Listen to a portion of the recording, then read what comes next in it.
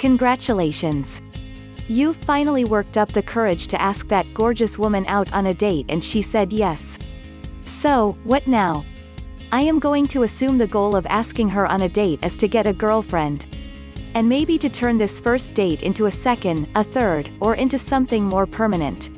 The following 3 tips are designed to help hold her interest and make her really want to see you again. 1. Dress well. Shower, put on fresh clothes, wash your face, and be generally presentable. Sure, that wrinkled shirt and decade-old pair of jeans may be comfortable, but it is not an attractive look. We are told, growing up, that you shouldn't judge a book by its cover. But by dressing well on the first date, you are making sure you have your best foot forward. It creates a good impression, and whether you may want to admit it or not, first impressions last. Showing up on a first date, looking your best shows her that you care about yourself. It doesn't have to be over the top.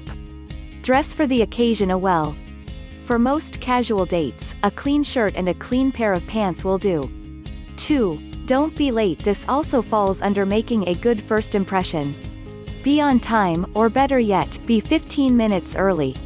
Not only will it show your date that she is a priority, it is also good manners. Don't ever keep your date waiting. The more she sits around waiting for you to arrive, the more she might end up second-guessing her decision to go out with you. Showing up early also gives you extra time to make the necessary arrangements that will help the date go well. Now, there will be times when you just can't help being late. Don't worry, things aren't completely ruined yet. Girls will understand, especially when you have a valid reason. But, if this happens to you, don't leave her hanging. Let her know that you are running late. Call and explain the situation. 3. Plan the date well. One of the best ways to avoid first date jitters is to plan the date well.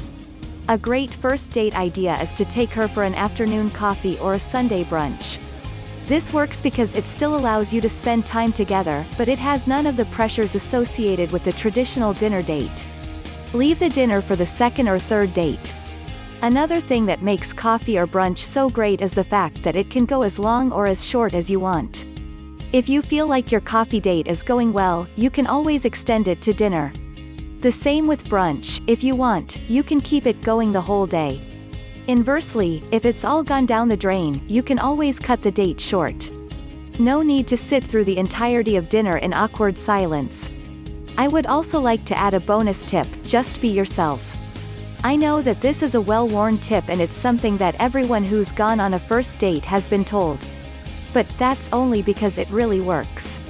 If you are nervous, try not to show it as much, but do not, for some odd reason or another, take on a whole different persona. For example, if you are a geek, be a geek. Just don't go overboard with it. If you love sports, talk about sports. But make sure it is not all you are talking about throughout the date. Vary the topics of your conversation. There you have it. 3 very useful first date tips plus 1. Apply these to your next date and don't forget to have fun.